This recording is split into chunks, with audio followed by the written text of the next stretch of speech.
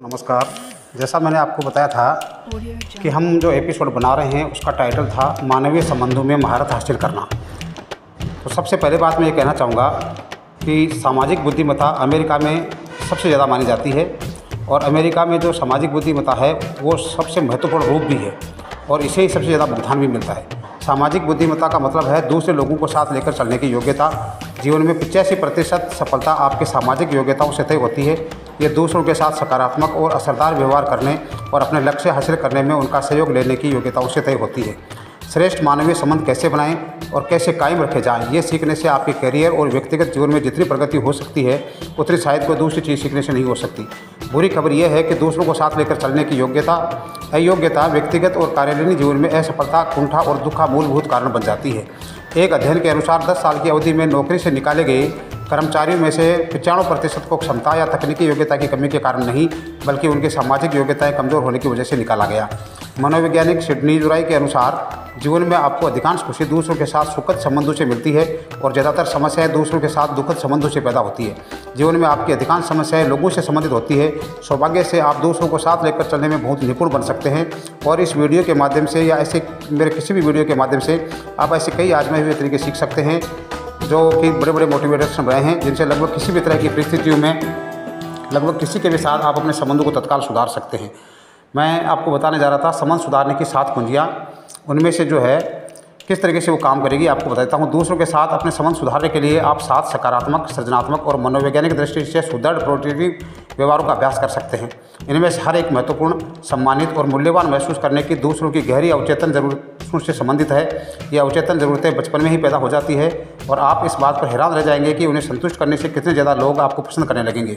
अप्रत्यक्ष प्रयास के नियम के जरिए आप भी खुद को ज़्यादा पसंद करने लगेंगे। पहला संबंध सुधारने की 7 कुंजियों में जो पहला पॉइंट है या जो पहली कुंजी है वो है रुचिकर बने। पहला व्यवहार बस रुचिकर बनना है। लोग रुचिकर व्यक्तियों के आसपास रहना पसंद करते हैं जिनके साथ वे खुलकर और आसानी से बहुत से विषयों पर बातचीत कर सके। जब किसी के बोलते समय आप सिर हिलाते हैं, मुस्कुराते हैं और सहमति दर्शाते हैं तो सामने वाला ज़्यादा मूल्यवान और सम्मानित महसूस करता है। उसे ये एहसास होता है कि उसकी बातें महत्वपूर्ण है और इसलिए वह खुद भी महत्वपूर्ण है। रुचिकर व्यवहार दूसरों का आत्मसम्मान बढ़ा देता है, असहमति इसे कम कर देती है। जब भी आप लोगों से असहमत होते हैं या बहस करते हैं तो आप उनके ज्ञान और बुद्धि को चुनौती दे रहे हैं। आप उनसे कह रहे हैं कि वे गलत है, कि उनके विवेक और अनुभव का ज़्यादा मूल्य नहीं है। इसलिए इसका ये मतलब नहीं निकलता है कि वे भी ज़्यादा मूल्यवान नहीं है। इंसान की फितरत है कि हमें गलत होने से नफरत होती है और ऐसा तब सबसे ज़्यादा होता है जब ये स्पष्ट होता है कि हम गलत हैं। किसी मुद्दे पर गलत साबित होना एक ऐसी बात है जिससे हम ये महसूस करते हैं कि हम खुद किसी तरह से गड़बड़ हैं। हमारा आत्मसम्मान आहत हो जाता है, हम बोलने और अयोग्य महसूस करते हैं, खुद को कमतर या अक्षम समझने लगते हैं। जब आप किसी व्यक्ति को बताते हैं कि वह गलत है तो उसकी तात्कालिक प्रतिक्रिया ये होगी कि वह रक्षात्मक बन जाएगा, बहस करने लगेगा और अपनी बात पर पहले से ज़्यादा अड़ जाएगा, आपसे लड़ने लगेगा, आपसे झगड़ने लगेगा। हमारा आत्मसम्मान आमतौर पर बहुत नाजुक होता है और जब हमसे कहा जाता है कि हम गलत हैं तो हम फ़ौरन प्रतिक्रिया करते हुए रक्षात्मक हो जाते हैं और हर कीमत पर अपने आत्मसम्मान की रक्षा करते हैं। रुचिकर बने, दूसरों के साथ आसानी से सहमत होने वाले व्यक्ति बने। इन शब्दों को याद रखें, अपने शत्रु के साथ जल्दी सहमत हो जाएं। अगर आप रुचिकर और आरामदेह व्यक्ति हैं जिसके साथ सुखद बातचीत की जा सकती हैं तो आप अपनी मदद करने वाले या अपने साथ व्यवहार करने वाले लोगों में बहुत कम प्रतिरोध पैदा करेंगे।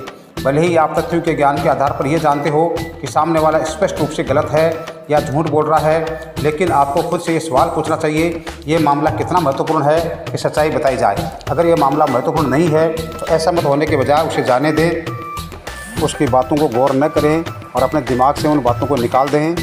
इसी के साथ मैं अपनी वाणी को विराम देना चाहूँगा। जय हिंद, जय भारत, जय जय राजस्थान।